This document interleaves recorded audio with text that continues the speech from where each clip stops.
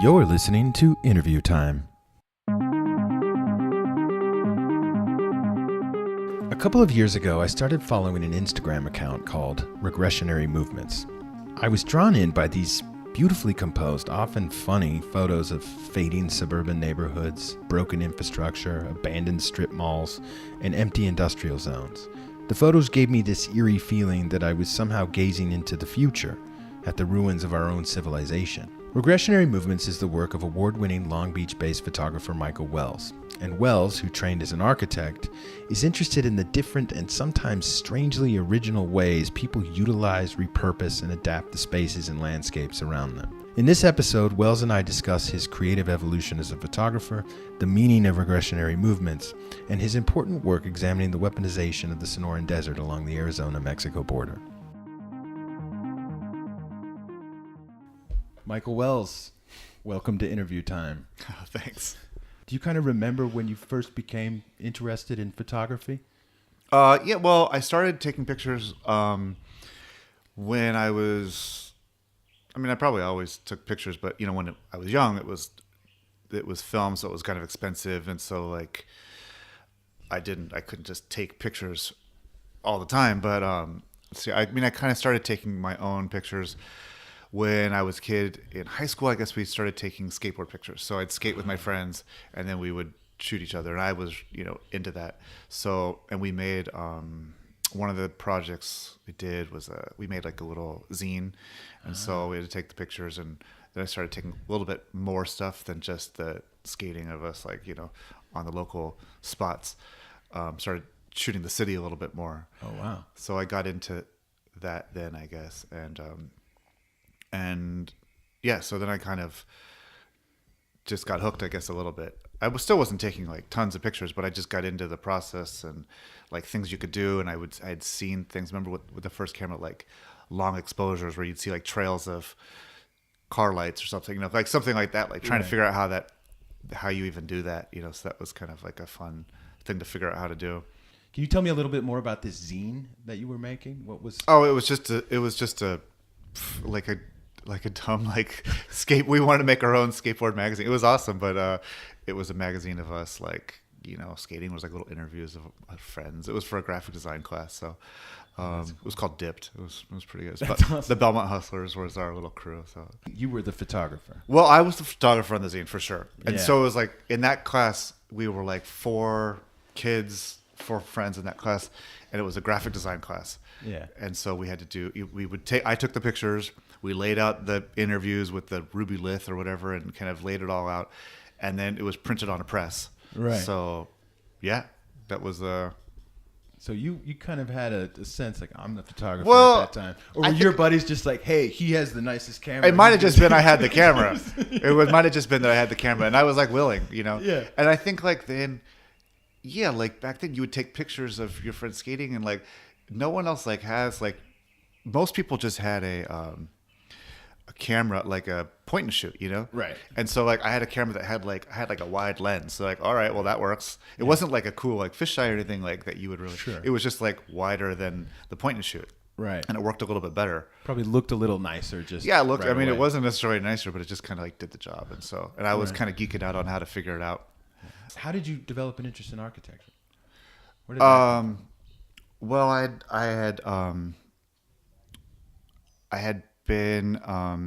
was kind of studying art history at the time. Wasn't really sure. I really liked art history, and I kind of liked archaeology. But I knew that I was getting the inkling that it was quite a bit of schooling that I would be in for the rest of my life. And then, the job is basically to stay in school, right? And be a professor. And I wasn't quite sure that I was up for that. And I went to this. I was really lucky, and I got to go to Florence for a semester.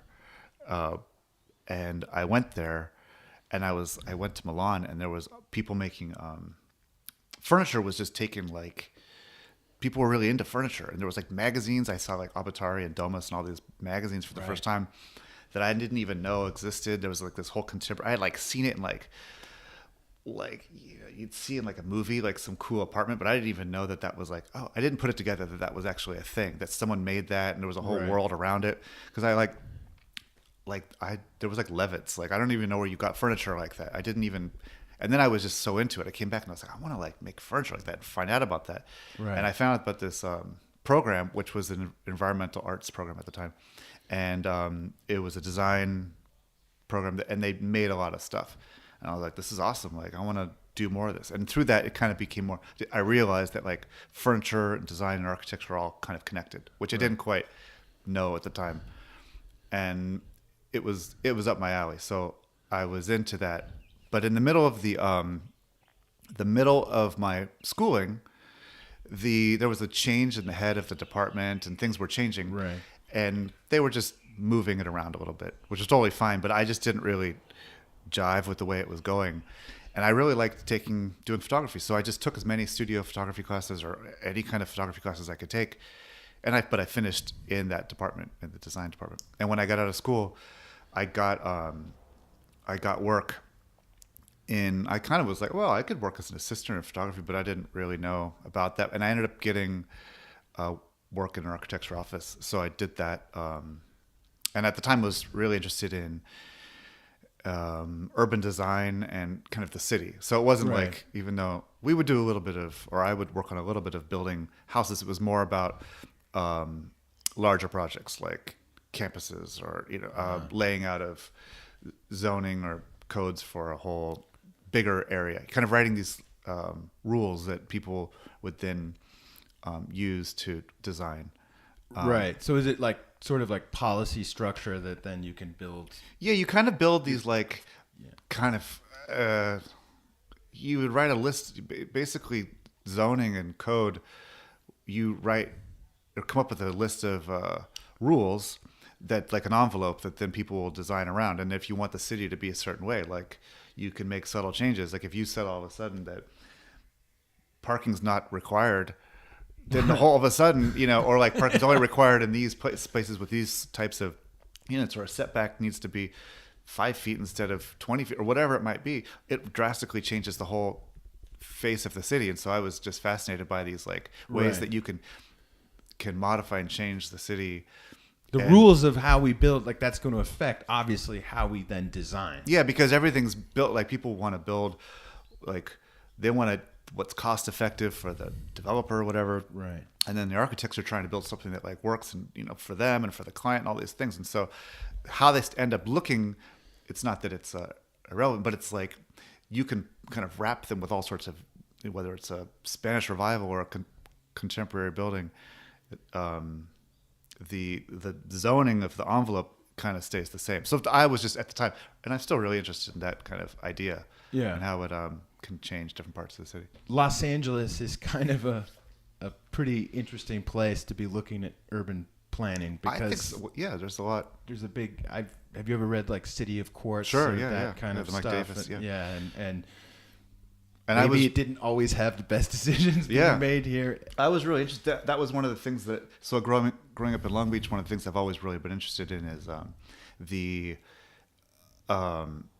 kind of the infrastructure of the city that kind of divides and makes up all these spaces. So you have like everything from like Alameda Corridor kind of moving through the train lines that come directly from the port, which is, I grew up around, and moving in to like the train yards, which are in central LA, and they move out to these intermodal warehouses, and then they ship out from there across the rest of the, everything's coming in from China. It's coming in through the LA Long Beach port. Right. Huge, number of, and then gives to the rest of the country. And then there's also, have the layers of the freeways that have divided communities that were pre-existing, and the streets and park, all these sorts of layers of infrastructure, and how they divide up and make these spaces that we kind of live in, and how they change over time. And so when I was working there, I would just take pictures for fun, like whenever I could. I would go out and try to take pictures of these like conditions, I guess I would say, like this is like a giant coke processing facility, or this is the Alameda Corridor, or these are these warehouses. And I don't know, I just have been doing it forever. Like ever since I started to get really into it, that was the first thing I started to photograph for just for fun, these like instances of the of that kind of infrastructure, I guess. Right. I was really into that. What kind of things, like in the beginning, sort of what were you responsible for doing? What did I do there? Yeah. Well, I mostly did, I'd go to a lot of meetings with the boss, John Kaliski, and I did a lot of the graphics. So I did a lot of like presentation graphics. We went to a lot of meetings, and you have to, for that, like, I would do everything from, you go out in the city and you look at like, okay, we're going to put it could be, there's nothing here, and they want to put a new like, housing thing mixed with, a grocery store, and there's going to be a park, and mixed use kind of thing. And then, so like, where should everything go? But then some of the projects were bigger. One of the big ones that like was important for me in the way I kind of saw the city later would be like, I had to drive it was like the North or the East Valley plan. There was this group called the Community Redevelopment Agency, which I don't think is a thing anymore, the CRA, but there was all these vacant lots in the valley, in this one particular part of the valley. And they didn't really know where they all were, and they didn't have like Google Maps at the time. So I had to drive every single street of the valley and find a vacant lot. And then I would take a picture of it and then write down the address of it. And then later I would go to like, they did have a Google Maps actually, and I have to figure out where it was. And I would make a giant one of those big 3-ring binders. Wow.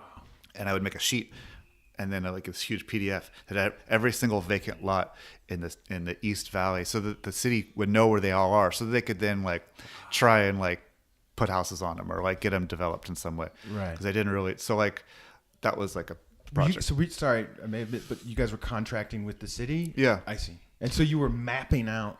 Yeah. You were Google mapping before Google. Yeah, so I'd go around. Using the Thomas guide? Yeah, probably. Well, it wasn't that hard because I would just drive every street. So like, I've been to that street. So like, I would go down and then just make a giant like Excel or whatever. It was like a PDF thing of every single building. So I did that. And then we did one in like zoning for the Bel Air. We'd do things, but then we'd do like the Orange Line, which is the bus line that goes in through the valley. We'd help design part of the terminus there, like the parking. I don't know, laid out parking lots. Like it was just like kind of stuff like that. So it wasn't exactly like luxury houses or anything. It was kind of a different type of stuff. But so I would do a lot of the graphics. Then we would go to these meetings, and you'd have to like do this research and then present it to people. And so I would lay out and do a lot of like graphics for that and research and data acquisition, I guess you'd call it, Yeah. So you were gathering data. I just gather it. So I would have to go out and photograph the city a lot and put all these boards together and like look at the stuff. And then, the boss would then like write reports on the whole thing. So did you enjoy that? Yeah, I really liked it. I thought that the part that I got a little disenchanted with was that it was, we would make a lot of recommendations that we thought were good for the city, but it turns out that a lot of the decisions on that scale which I was naive at the time. I didn't quite realize. I thought like we could just come up with these recommendations and then they would listen to us and they would do this, but but it turns out that those decisions are made much more by developers and politicians. They kind of decide. They take suggestions for sure, right? But the way that the city is laid out and things that happen often are more, at that time anyway, were made more by what the market would bear, what makes sense for them. They were making decisions on a different level at a different, looking at different things than we were. Not just like what should happen, but like different things that I wasn't. What maybe is possible. What's possible, what looks good for them, what looks good for this particular cycle of being in office, like all sorts of other things that develop what they're willing to do. I wasn't as interested in that part. And I also saw that like, it's just a long, I don't know. There was just certain things.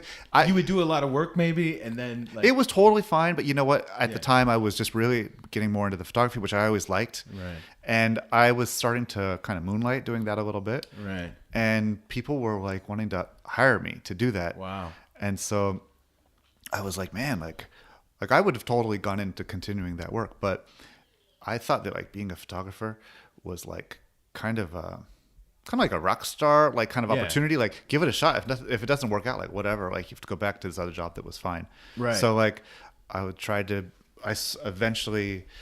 How did that start happening? How did people like start saying? Well, like, hey, I met a woman that was like an interior designer, and she needed some pictures. And at the time, I was like enough into photography. I was geeked out enough that I had like proper cameras and everything, and I had experience from school, and I was just doing it. So if people needed like a portrait, or like they had a line of clothing or something, they might ask me like, "Hey, take some pictures." And I was like, "Yeah, totally, let's do this," So. And then I had started to meet a couple people that didn't know me really, that needed it, and they were like willing to pay me like proper money, and I was like, okay, like I as a professional, and I had to like kind of act professional, and so right. I would like get into it, and then I just eventually like got semi-professional enough that I could like. Acting professional. I don't know if I like to, but then like they were like, "Oh, this looks great," and I'd be like, "Oh, cool!" Like, and I would read as many books and practice and like just do anything I could do to like figure out how to do stuff. If I didn't know how to do it, I'd like figure it out. Right. And then I just like did it until and then I got I had enough clients. I was like, I'm just gonna leave my office job, and so I got married actually. And then I left on I told my boss, but like I left on the honeymoon and then came back, and I never came back to that job. So, right. So I've been freelance since then. And when was that? That was in 2005. Wow. So I've been freelance professional photographer since then, I guess. So. Wow. Well, yeah, that's good. It was definitely a challenge, but and I was like, it's funny because I've been a photographer a lot longer than I ever was like in architecture, right. But I still like it informs the way I kind of thought about things and still think about things, and like I still work so much with designers and architects that like, and a lot of my friends. So it's kind of my world still in a lot of ways, even though I'm not designing or working that way. What is a regressionary movement? Well, I've always liked, I've always been fascinated with. Well, I started to first kind of notice this in art history. There's always these movements that everyone's kind of going forward, and then there's this kind of countercultural movement that kind of goes backwards. So there's always like, you have like, everything will be like Baroque, and then all of a sudden you have like Romanticism, these like, or Neoclassicism, it goes backwards, or you have like Industrial Revolution, and then you get arts and crafts, like, or you get, right. Everything's like, 50s modern, and then you have hippies. Everything right. kind of goes backwards, and they're not always it's good or bad. They're just like, I just think it's interesting that sometimes like culture is moving forward in some way, and then it's like, hey, like let's slow down, like, or some people are like, let's slow down a little bit. I prefer it a little bit more like this, and you see it like now. There's like,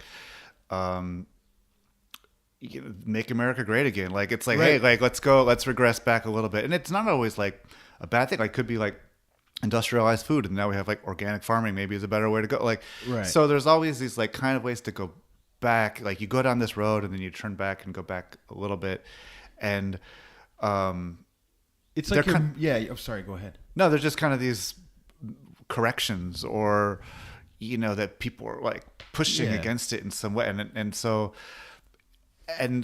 there's always the little bit of the dead end, I guess, of the original, right. Goes off in spurs in some way, and then it gets changed, and you get like modernism, but then it gets like these modern buildings, and then they get kind of changed, and it gets turned into something else, and right, and gets a new life or new use, and I don't know. I think that's interesting. It's just a name that I'm always interested in. It doesn't necessarily directly apply to like pictures I take or anything, right. But it's something that interests me, I guess. That's sort of maybe a philosophical interest or something. Yeah. Maybe. I don't. Yeah, sure. Yeah. The first impression I had when I saw these photos, it's almost like it's interesting you say archaeology too, because I feel like you're showing us sometimes, or when I'm looking at these photos, I'm thinking, this is like I'm looking at the ruins of the civilization that I live in now. Well, in a way. Yeah, it's funny.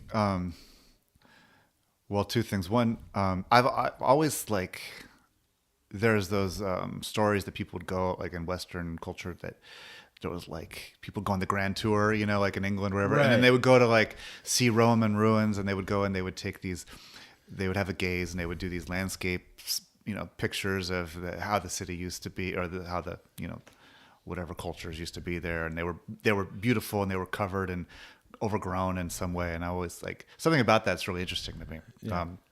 But it's funny because I don't always like think of people say like, oh man, these are pretty dark, and I'm like, man, well, a lot of times like I think of them often as, this is gonna sound weird, but like opportunities maybe, like people are like doing exciting things with their spaces, Yeah. and creating like whether it's with their landscape or with their like building that are I think kind of like these avant-garde additions and like architectural kind of like oddities where they're like building and adding to Right. things, that they're like creating these interesting conditions that I think could be possibilities for like new ways of doing things. Oh, wow. You know, like, and I always think of it, kind of try to be like optimistic. I mean, certain things they look a little grimy sometimes, and I know that Yeah. I do have different like projects, and when they're on the Instagram, which is where you saw it probably, a lot of them are, there's all sorts of different things kind of in one place, so they might be part of different projects, but there's that whole like innovations, or necessity is the mother of innovation, you know, like Yeah. Necessity is the mother of invention. invention, right? And so like people are just like need something, and then they do it and they add it in a weird way, and then you're like, wow, Right. like that could be like a really exciting way of like contemporary architecture or something, or like doing something like Right. with using this material in a way that people are not always using, or putting Wow. a building in a certain place that maybe people aren't considering, Right. but maybe it Interesting. could be, you know, like, Right. because people look and go, oh, that looks like terrible, but like, what if it was done in maybe a better way, in a glossier way? Maybe it could be really, really great. It could be interesting. Or maybe not, you know, I don't know. Well, it makes me think of one photo, and I think it might be like a motel somewhere or something. Yeah. And there's literally like a palm tree growing through the middle of the building. Oh, yeah, It yeah. goes through the roof. That's, And it's wonderful. And I was thinking at first, I was like, you know, I'll be honest, like my first impression was like, that's kind of dumb. But then I Yeah. was like, but no, wait, that's also kind of awesome, because when you go inside that building, Yeah. there's going to be an actual palm tree trunk in the middle of the space somewhere. yeah. Unless they've like walled it off and you don't see it. I at don't all. know. That's in King City, and I've driven by it several times, in like Central Coast.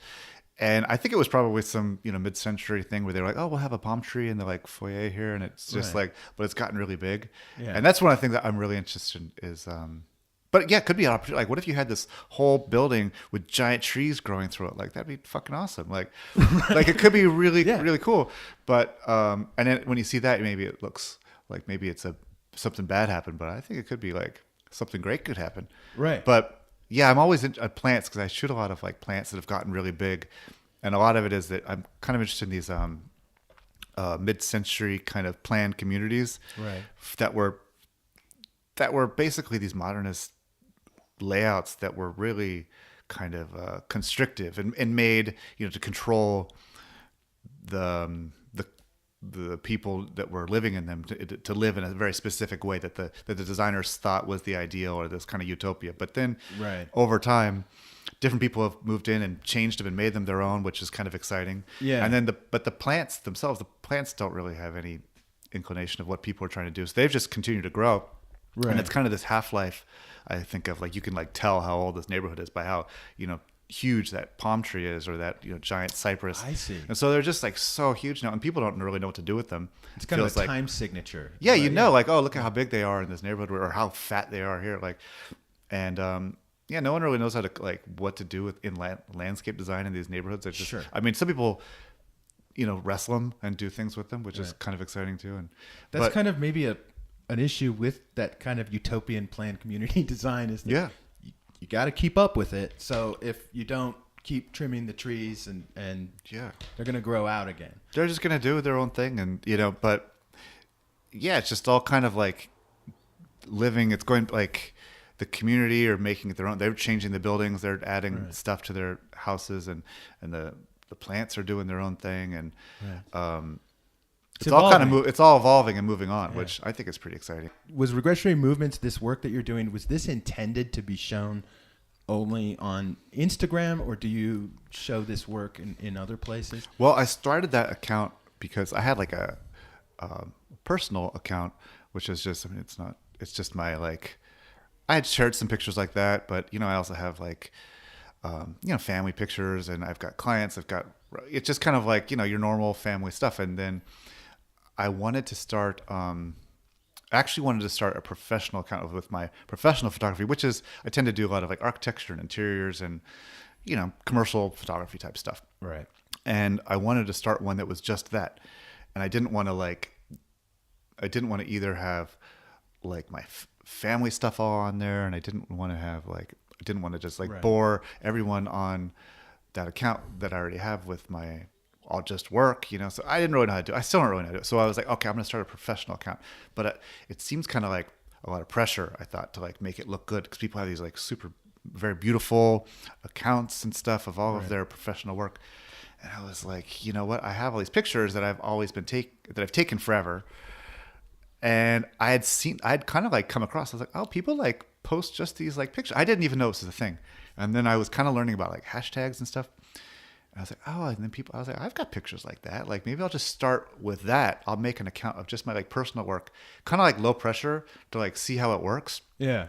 To like, maybe people would like it that way. Like, and if they don't, whatever, like, I don't really, it's not like it wasn't like my professional work. Right. It's not like, I was like, so I'll just do this.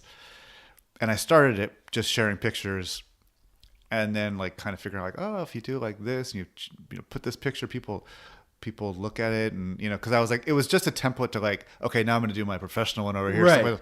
But so it was kind of almost like originally just supposed to be like a sketchbook that would help you kind of. I mean, it was fun to share the pictures, but then you like kind of learn about it, and there's like this whole community of people that also take similar pictures, and you learn about them, and I've learned all sorts of stuff and met people, and it's been really cool. And honestly, I've still never made the professional one. I'm still stressed about it, because I'm like, well, I noticed that the professional, the M. Wells photo page that you have associated actually has less followers than the page. There's only one picture. I've never started it. Right. It's never actually happened. It's never happened, but I'm going to do it soon. Has Regressionary Movements though? Has that brought work to you though? No, not really. No. I mean, actually, I had one in some ways. I mean, even just like there's a woman that I know that has an office, and she said, hey, I like your pictures, like maybe you would like to do a little show. So I did a really small show in her office, a pretty smart studio. She's an architect that I know, and so I like showed some pictures in her little gallery space. Okay. But it wasn't anything like, it wasn't a huge, nothing really is like, but a lot of times now people just know that you're up to, like friends will go, oh, like I see, like saw your pictures, those are cool, or you should do more of this, or I'd love to have a print or something. But I never really I've always wanted to kind of do that world, but I never really got into the fine art world in that way. I just always took the pictures, but I never like did anything with them. What's your process to just kind of I'll get some I really love driving, and I like going on road trips, and because it's just like you're not looking at your phone, or you're not thinking about other things, you're just like driving around. So whenever I have free time an afternoon or like a few hours, I'll just like drive around and look for things that are interesting, and I'll go to like a certain place, like I'm trying to like work on a certain thing, so I'll like go there and like go to an area where I think I might find something that I might be looking for, and sometimes you see some stuff. And I mean, try to work on certain types of like bodies, I guess. Mm-hmm. And so like I'll work to just like, okay, like it's like a habit of mine, like going back to the architecture thing, but like to like try and get a certain thing. Like I need one more on that, like, right. But I try not to do that, because it's like, it's freeing, but it's also like against my like intuition to like I need I'm looking for a certain kind of thing, and I don't want to do it that way. I'd rather just like getting types of things that may or may not be connected so tightly. They could just be groups of images that make sense in some way, but it doesn't have to be like, this is this group of pictures, they all have this same thing exactly with them, and it's I don't want to do that exactly. There are strong themes that come through your work though, like that I got right away, and it's interesting to talk to you because you see these things kind of optimistically, and it's really interesting to talk to you about that. You're seeing like spatial evolution or repurposing. I love how you see in a lot of your photos like the bushes starting to overgrow the fence. It's almost like you're comparing these two things. You see the sort of biological structures, these wonderful biological structures next to these kind of, in some cases, wonderful and interesting human structures as well. And it's like,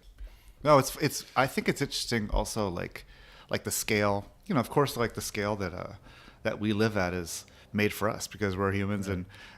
And sometimes you see these huge spaces that they have to be,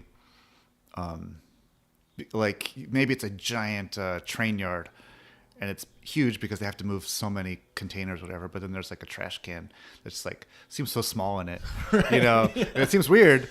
But like it's just made for like you can't make it. Doesn't need to be a giant trash can because it's a giant space. It's still like has to be human sized to deal with human stuff, and humans are gonna have to use it. Yeah, it's all our world. We've created the whole thing. You know, if it was a mouse world, to be a mouse. You know, like so it's something. Sometimes it's kind of funny to see it like placed against the larger world, and I don't know, there's something in there. How do you feel? Because so regressionary movements, you've dabbled in social media. How do you feel like social media has it had any effect on the way you work, or maybe the photography industry? Do you think about it at all? I do need to on my professional level, I feel like I should have more of a presence. It's a little frustrating because things go by so quickly on that level, and people, kind of need imagery so much. Everyone does, and so you have to kind of produce these things. But maybe it's fine. They just kind of, if they're excited about it, so that part's a little difficult to tackle. But on the personal one, the regressionary, I think it's fine. I think it's, I don't know if it's affected my work. I've definitely seen how people look at different. I've learned a lot more about different parts of the country or the world and how people have different perspectives there. And I've seen weird trends that I guess come in and out, and so that's always interesting. Right. And I've kind of met people virtually anyway. I've never I've only seen people one time. I've met someone and actually met them physically, but yeah, it's it's an interesting world. You've found other communities out there through social media, people doing the same things that you start to see you get, I don't know, maybe it was just through recommendations or whatever, or you start to see through maybe through hashtags or something, and then people that find you, you're oh, this guy's this woman's got cool stuff, and then they're taking something oh, they're whatever it is, maybe it's something. And what I think is actually really cool is that like we were talking about the angle that I might come to the things that I take pictures of, and someone else might take similar pictures or of a similar subject, but they might come to it from something completely different, which is kind of awesome, So, and that the weird part about the social media is that you don't really get to have those. I don't know. It's a weird place for those kinds of conversations. That doesn't really happen. People just see these pictures in this kind of arbitrary algorithm timeline, and they just kind of get brought to them in some weird order. So that used to kind of bother me, but now I just think it's whatever. They just show up when they show up, and you can't really control. I think if you wanted to do something specific, this is this group of pictures, and that they need to go together in this order, and they're all tight. That would be difficult to do. That's not the right way to share them. It wouldn't be right to do that on social media. I would struggle because I think you'd want to control it more. If you make an art book, a photo book, you each page is in an order, and you want to see this one, this one, this one. It's all part of this thing, and this is part of this. But there, it's for one thing, it's showing up next to another picture that it's not yours, and it's not showing up to your picture. I mean, I guess you could. There's a way to do it, but I don't know. I think it's just let it go and just share the pictures, and because people tell you weird things oh, I love how that one just reminds me of my childhood in Bristol, something you have no idea, and you're oh, okay, awesome, that's great. I'm so glad that you like it. So or that, I don't like that one at all. It's oh, I'm sorry, whatever it is. So it's kind of a funny, it's just a funny thing. And so I think if you let that go, it's totally awesome. Yeah. Do you feel since you work and you have worked since I think the mid-aughts as a professional photographer, do you feel something has changed also in the industry with the way it's so easy to take a photo. Like everybody takes photos now. There's portrait mode now. Do you feel in any sense that like you're competing against the technology that's being developed now? No. Well, you know what? I realize like the I'm not. I mean, I take pictures. One of the big things for the personal work is that like, you gotta like. It's my job to take pictures. Yeah. So I want to do, but I still really like it. But I kind of have those projects to keep me excited. Have fun with it, which I would do it anyway. Like obviously, no one's paying me to take these pictures. It's not like It's just like something to keep me going, and I'm excited to do it. It's like when I'm not taking pictures for work, I take pictures for fun also. So like keeps me jazzed on like doing it. So wait, what were you saying? Just like I just wanted to talk to you because you're a professional photographer. Oh, yeah. Is there some sense that there's some encroachment with the technology, No. or do you as a professional photographer feel like, you know what, I'm fine? Like I'm totally fine. As far as professional, I'm fine. I mean, I do a lot of the type of stuff I do. It's not like real sexy type stuff. And I mean, some work is, glossier than others, but and as far as the personal work, I mean, it's not just the part that I'm interested in is not just like taking pictures. Like it's, I'm more interested in I'm interested in the ideas behind them and putting together groups of pictures that are part of something that has like an idea and how those pictures work together to strengthen that idea. Right. And so they work as a body or as a group, hopefully, to kind of like, like I think of as a body of work, kind of like a sculpture, like as a negative process that you're like chipping away at this block with each image to create a clearer idea of like what the concept is that you're talking about. So like, not to get too much like, but hopefully like, oh, okay, this is kind of like that, and then eventually when you see someone's work you like, and you're like, oh, like I kind of get it what it's about. Like not every picture is exactly this, or every painting or whatever it is like exactly the same, but like as you see all of them as a group, like you're like, oh, okay, like I can kind of get what this is about. So it's definitely a connection between all these things, thematic connections. So like if everyone has a picture, like you could do stuff with it doesn't matter what you're using, as long as you're like, what's your idea? That is just, that's what gets me. Do you still work with film? Yeah. Using both? Oh, yeah. You still do. I mean, for personal work, I do a little bit here and there, but I just, and I can do some at home, but I like to shoot so much that it's expensive and time consuming because I don't have a ton of time to do it. But I do another project. So one of the, kind of another thing that I do is I work on this project called the Undocumented Migration Project. Yes, and I want to talk about that. So I started that with like one of my oldest friends, my best friend, Jason DeLeon, who's a professor of anthropology. Yes. And he, over 10 years ago now, started this project looking at migration, undocumented migration and clandestine migration in southern Arizona. And we started going down there, and I was like, I'm going to take pictures of this. And so I started documenting it as a photographer for the project. And then it eventually turned into a book. The first book was Land of Open Graves, which it was well received, and he did well. He got a MacArthur grant for it, so people liked it. And then since then, he's kind of like gotten into photography a little more and gotten me. I mean, he's definitely gotten into it. And for the next part of for the second book that we're working on, we decided to switch it all to film. So we're shooting the entire thing. The new project's all on film. Wow. So the project we're working on now, we have been for the last few years, it's all on smugglers in Mexico. Wow. And so been documenting smugglers and kind of that part of the migration process. Right. Mostly Honduran migrants in Mexico.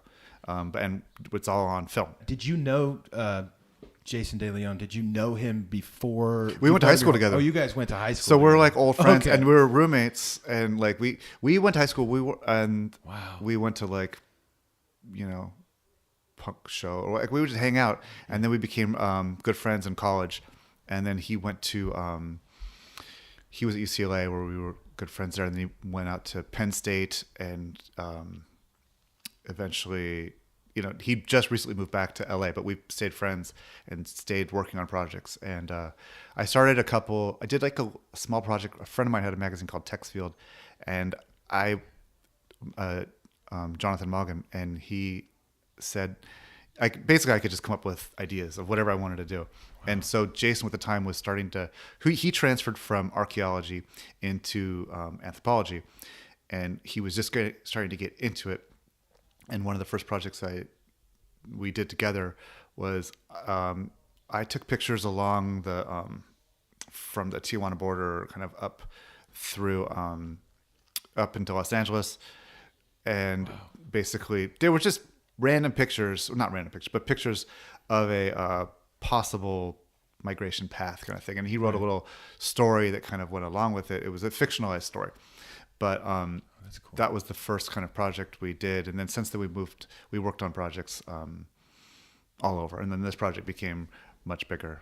I know he talks a lot about, I watched some lectures, and he talks a lot about ethnography. Yeah, so forensic science are kind of the tools you guys use. You guys use he says he wants to use any tool available to help understand the situation on a scientific level. So I was like, we should document this. And then I didn't know anything about that world really, but I found this book, Righteous Dopefiend by Philippe Bourgois, who Jason now works with, and he's an amazing guy.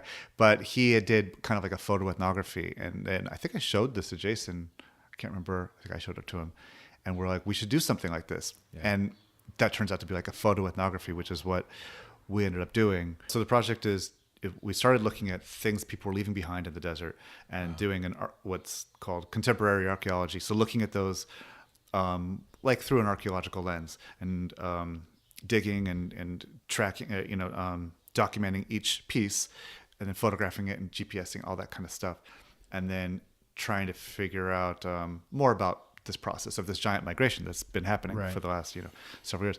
And so that's moved into an exhibit which we did, which was called Hostile Terrain, which comes from a Border Patrol document, which is one of the ideas is that people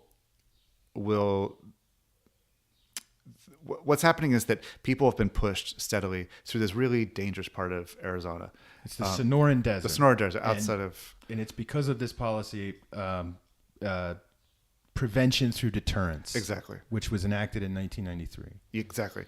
And so the idea is that there's kind of this deniability that the desert is doing the work rather than the people. Right. And so it's kind of this weaponized landscape. So a lot of these ideas were interesting to me, as like landscape and how it's being used, and and so that was, and how people traverse it and experiences through it. So that was like immediately like my interest in this kind of thing. People are like moving through this landscape that's been turned into a weapon, and how they're crossing it, how the perspectives are on it. And so that's what I started documenting initially. But a lot of it is of the artifacts, things we find out there. And right. So, just to bring the audience up to speed. So in 1993, I just want to clarify how that... 94. 94. Yeah. People would try and cross the border through urban centers, mm-hmm. like in San Diego or in El Paso, for example. Yeah. They would kind of bum rush the fences. And then there was a lot of like... bad optics in that. Bad optics politically from that. And so then... slowly, kind of at a local level, and then it evolved up into the federal government. They realized, like, well, if we beef up Border Patrol in the cities, mm-hmm. it'll push everybody out into the desert. It'll push everybody out into the Sonoran Desert. And that place is, like, unbelievably dangerous because, I mean, it's at 10 o'clock in the morning. It's 104 degrees out. There's just so many different ways you can die. Right. But the idea was that there's a couple things. You won't see them anymore, so mm-hmm. the optics improve for you, mm-hmm. And then the other thing is, like, these people are, and this was sort of a conscious decision, people are going to die, mm-hmm. and we want them to die because then that will deter people from actually and it's in there. The more people die, the more it's working to deter people from going, but it hasn't deterred them, and they've continued to die. So we've made we did an exhibit called Hostile Terrain. and it has photographs and artifacts and all these other kind of some documents and things and sound. And one of the elements in it was this map of the 3,300 roughly people that have died in this crossing. And that initially it was just dots on a wall in the first iteration we did at Maine College of Art.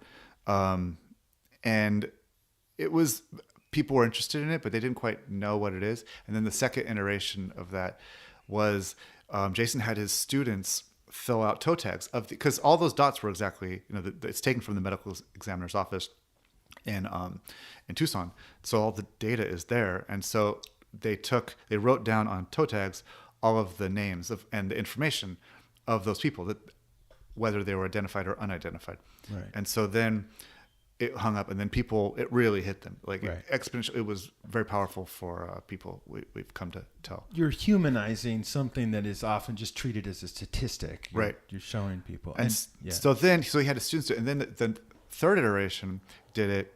We had people locally fill out all of the information. I think that one was in Lancaster, in Pennsylvania. I can't remember exactly which one, but now there's been several of these, and now that's kind of this HT90 Hostile Terrain 94. 94, yeah. And so that's a standalone exhibit that's traveling all over. But so people locally get the information and they fill out all the tags themselves. Oh, wow. And so it becomes this part of a participatory type thing where local people fill them out, and then they're hung up exactly in the right spot. That person died there. That's what they're on the map, geolocated, and then it's on this map and it's up, and it's kind of a pop-up type thing. So we were supposed to have 200 of them that were supposed to be happening starting back a few months ago, leading up to the election, and the final one was supposed to be at the Smithsonian. I see. And there was a lot of travel this summer that all of it's kind of stopped. A lot of the exhibitions, there was an exhibit that happened just the other day, an online version that was through in Santa Fe. Yes. But Center for Advanced Research. Exactly, the SAR, yeah, and Site was another group there. But so people are doing online versions of it, and some of them are just being postponed. But people are still involved, and it's still happening. And there's an online version, and HT94. If anyone's interested in that, get to just search that Hostile Terrain, or HT94 is the Hostile Terrain. I think is the Instagram. Undocumented Migration Project is the website. So there's volunteers that are needed and people. So if anyone's interested in that kind of thing, so that's the current exhibit part that's happening with that project. But so I just documented, and so in some iterations there's been photography that goes with it. But then there's a lot of like articles that they need photography for. We've worked on, and then there'll be new books that are coming out with a lot more imagery. So right. Does he use your work also in a scientific way, or kind of in a forensic way himself, or? Some things are, we've taken pictures where, we just take a lot of pictures, and then sometimes you go out there, but they're not exactly forensic. I mean, there are more, like they did some forensic work, but there's more students and researchers that are doing the more like forensic. Right. He always gave me shit because I would like not want to include the scale in my foot, like because that wasn't really my strength, is the right. And and also he runs a field school out in Arizona for that part of it, where there's students out there that are there like every day, and for like a month, and I could only come out for like a week or something. Right. So, but the pictures end up used for a lot of things. You guys are, so you just said now one of the most recent, you're going to be shooting film, you're going to be working with smugglers. Yeah. How do you guys stay safe doing this? What's the... Well, yeah, we've done it for a few years, and it's been okay. There's definitely some like characters. And you guys are going into the Mexican side and then back into the United most of States side. It's all in like Chiapas and then Mexico City, and then just you meet people and you kind of just hang out with them. And from what I can now gather, like that's what ethnography is. You just kind of like hang out, and just do a lot of hanging out and drinking beer and people just hang out. And so you're kind of forming relationships with people. It's not about like, it's not an art. I'm not a journalist, I guess, in this way for that Right. project. I mean, that's how, I guess, I don't exactly know the differences, the fine differences between these things, but we're not working towards a story. We don't have a deadline. Right. You know, it's not like this is a long-term project of, we don't have to get the shot, you know, like I might not take the camera out for the first few days. Right. So it's just hanging out and when something presents itself. And a huge part of this project that now is, you know, the ethics of photoethnography is a huge part of this. And so how images are taken, how they're being used, whose voice is being Right. told, you know, like, so they're always being shown, you know, when they're exhibited through the book, you know, like they're always being shown with other imagery that is, and recordings of the voices of people that were either involved in it or their own photographs. There's a lot of, we take the guys that are the people, we've given them cameras. So that was like an earlier way where you give them like disposable cameras. Yeah, and I saw that, they'll yeah.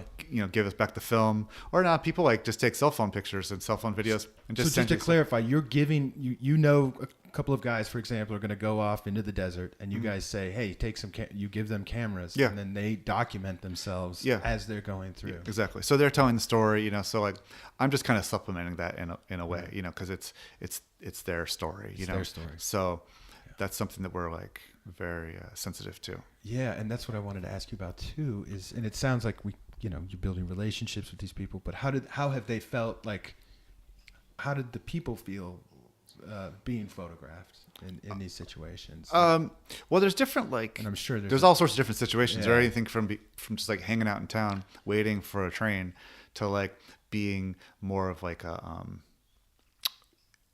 you know, an informant, I guess is what they call it, like someone that's like, you know, telling their story, like a major, more of a and so how someone that's maybe a more of a major part of the story, maybe there's less photography of them or none, Right. because you don't want to like, you know, show them, and you know, you don't want to hurt anything, you know, be Right. in any way. And then someone else might be like, yeah, like, or often people like really want their photo taken. Right. So a lot of times we do is, like I said, it's all on film, but we use a lot of Polaroids because everyone wants pictures right away to, you know, show their family or you know, take with them. And so, or it's because they want you to like text it to them so they can have it for Facebook or whatever, you know. We're like, oh, we don't have it, so, but we take Polaroids. So the people are actually asking you, they want a photo that, we're talking about the people going across the border, they Yeah. want a photo for their Facebook. Yeah. But a lot of this work is not, these are people that are not at the border. Okay. This is like in, you know, I see. Chiapas. This I is, see. you know, hundreds of miles, you know. Right. And so, and these are people that are just on the journey, you know, like they're going there, but it's not like they're like, They're not there yet. yeah. And so we're talking to them about what they're doing, how they're planning, about, you know, what's their thought process, you know, like what do they have packed with them, you know, just kind of basic stuff. So we shoot 2 Polaroids and always give them a copy and keep a copy so that people can have a record of all this. And it's really funny. You'll meet people much later and they'll show you their Polaroid that they've had. Wow. The people exchange them. So Oh, wow. people have liked that. But people, you know, people a lot of times are really, there's different. That's why a lot of the project now is on smugglers, but they know what's in store for this whole trip, you know, and a lot of people that are coming from some small town somewhere don't really often have an idea of what's ahead of them. Right. It's hard to like comprehend like how far something is or how hot something is, or, you know, how you know, it's just like these kinds of like concepts. It's hard for anyone to imagine that hasn't done it. You know, it's hard to like know what, you know, Nogales heat feels like in the summer, you know, when you're not from that, you've never been there, Right. and you don't know that like what, you know, 8 days of walking feels like, and how hard it is to carry that water, and, you know, that you can't possibly, it's like there's no way to prepare for this mentally or physically. You can't possibly carry enough water. It's incredibly like there's no, so people, when you talk to them, and it just, I think that some people are like, oh, I've done it, but there are records of people that have made multiple attempts or have gone over, got thrown out, coming back. Oh yeah. Wow. You meet people have completely different stories. Like one person will be like, I'm coming from this small town. I'm like, you know, a 17-year-old kid looking forward to doing this thing. You meet someone else who's like, yeah, I've been living in I lived in Detroit for 30 years and I wasn't documented. Then I got pulled over for a broken taillight and I got deported, and I'm just trying to get back to my like whole family.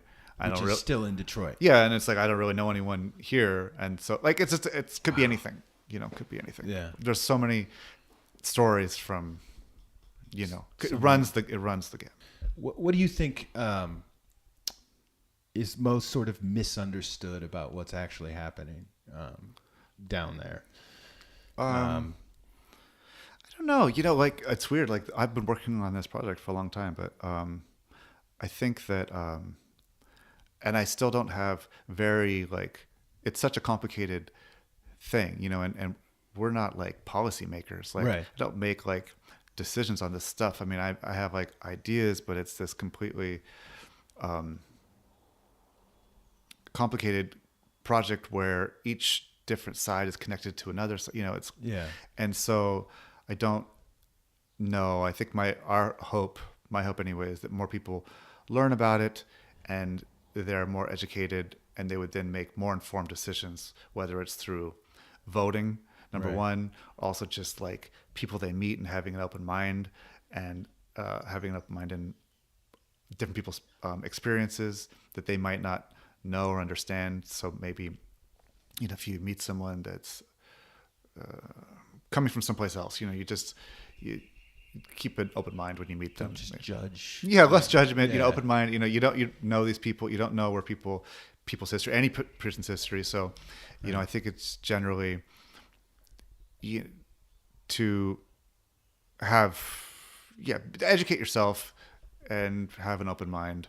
You have witnessed, I think, firsthand. You guys have witnessed really like kind of unbelievable human suffering and tragedy there. How do you go on a trip out there, see these things? You've seen corpses in the desert, things like that. How do you come back after that and kind of go back to your family, or do you have trouble with that, or are you able to kind of? It's with I'm never used to it. I'm never over it. As far as the working in the desert, you don't like. You do get away from it. You do get. Yeah, I don't know how to even. I mean, I'm not like I'm not like one of those adventure like war zone type photographers. I'm just going out and doing this, meeting these people. I'm not a thrill person, and the stuff with the smugglers can be a little sketchy. That definitely was like worrisome. How do you like? Gave me a little bit. How do you guys stay safe with that? It's just getting to know them and building a sort of certain level of trust with them. Yeah, basically. But and they're known as coyotes, right? Is that or is that yeah. And that role is it's a lot of it's all organized by various organized crime, and it's definitely like a tough world, and it's not like forgiving for mistakes that people make. So that part of it is nerve-wracking, and we spent a couple years in the field doing that, a few years, but as far as like going back and forth, I don't know. It's hard to. It's a weird.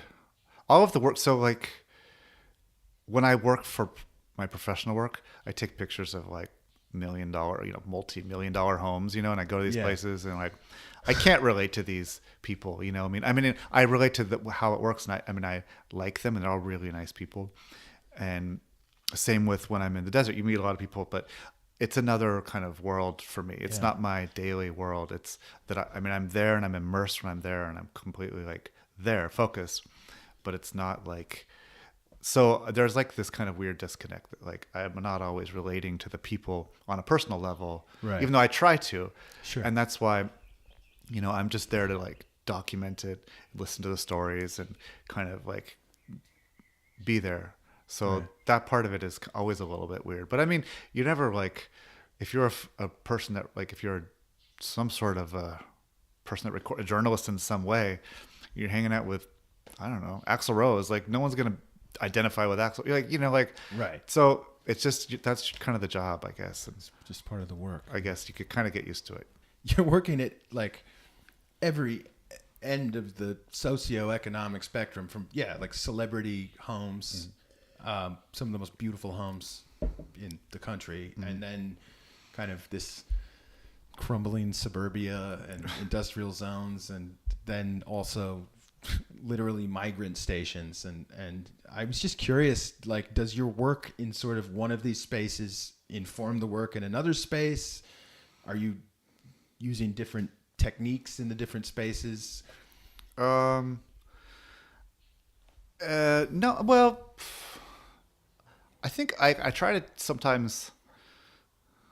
No, I don't know. I don't know. Really, I mean, not in any conscious way that I can think of. I mean, I do like know. I mean, I'm pretty comfortable with the camera now, so I like know like my exposures and stuff. So like, and that's what, like, if you're in some like safe house that's like really dark, I'm like, man, like I'm gonna need a tripod. I'm gonna need to put this camera on something, because it's hard with the film. You know, I don't always work with a meter, but I can sometimes. I mean, I can guess where I'm at. Right.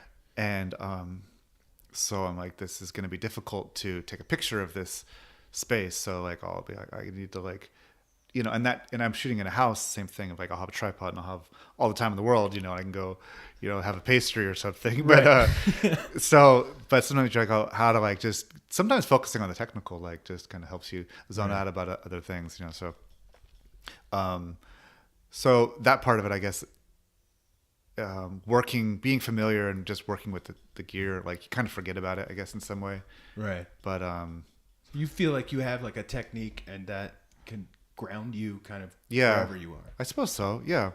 I mean, not that I'm like, I'm not master or anything. I just like been doing it long enough that you kind of know how to do certain things. Was there a moment where you thought to yourself, like, I have my own style? No, I still like I said, like, I guess I'm professional. Like I still kind of feel like that. Like I'm just still kind of like doing it. Like I mean, people would tell me, like, they go, oh, like I can see like you said that you see like something running through, like, but I don't always see that. Like, right. I mean, I remember when I wanted to, like, I tried it when I was in school. You draw a lot, and you'd see some people that could like draw one, like, in different styles, and I could like only draw one way, which is like my crappy way, you know, like, but like as you get better, like if I was good enough, like as a photographer, like now, like if I wanted to take like some really glossy, like fashiony type of photo, like I know technically how to do that. Like it's not necessarily the way that I would choose to do it. So I just like do it naturally, I guess, if that makes sense. Yeah. But so like once you kind of know how to do all these technical things, like you could, if you wanted to, like make something look a certain way. And I guess there are certain things that I want them to look like. Yeah. Specifically, like, okay, I want to choose these types of lenses. I want this like to be in focus. I want things to be straight. Like there's choices I make for sure, but I don't really think of it like this is my style, and so I need to be on brand or anything like that. It's just they're just pictures that I tend to like, you know, because when you take pictures, you make all these choices. So you're like you're choosing the lens, you're choosing the camera, the film type, whatever. You're gonna choose the subject matter. The time of day, you know, anything that you can choose, then you take it back to your computer or your lab and process the film. Then you make all these choices whether or not you're going to crop it or not. You know, which picture of those pictures you took. If it was a picture of a building, did you take 5 of them? Well, I like this one, and then, you know, so it's just all these choices. Then you eventually show that like tiny percentage of, you know, of all these choices that have been made. Right. So eventually, that's just your like, you know, that's the outcome, is this series of choices. Right. And so like what you talked about earlier, kind of that sculpture idea, you're kind of whittling away everything that's not the photo. Right. Yeah. I think so, you know. And it's probably more about the idea behind what you're trying to capture, maybe in the moment, than some kind of overarching, definitive Michael Wells style or something. Yeah, or like a lady asked me at the airport once.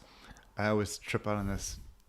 She was like, we were at the airport bar, and she said, "Oh, so what's your like best photo you've ever taken," or something? And it made me think of like, there's like these epic photos that people have, you know, but like, I don't think I'm that kind of like a photographer where there's like that photo of the like bridge and then the like, or whatever it is. Like I can't, I tend to more want them to be like 20, you know, and that like tells that one idea rather than, I mean, like I don't know. Series. But it made me think, I never even thought about that. Like and I was like, I don't know. Like, I don't know if there is a good. And you spent the next 48 hours mulling over. I was on the plane to New York or something, probably thinking about like, do I have one, or maybe they're all crap. I don't know. Like, so right now you've got a project going on.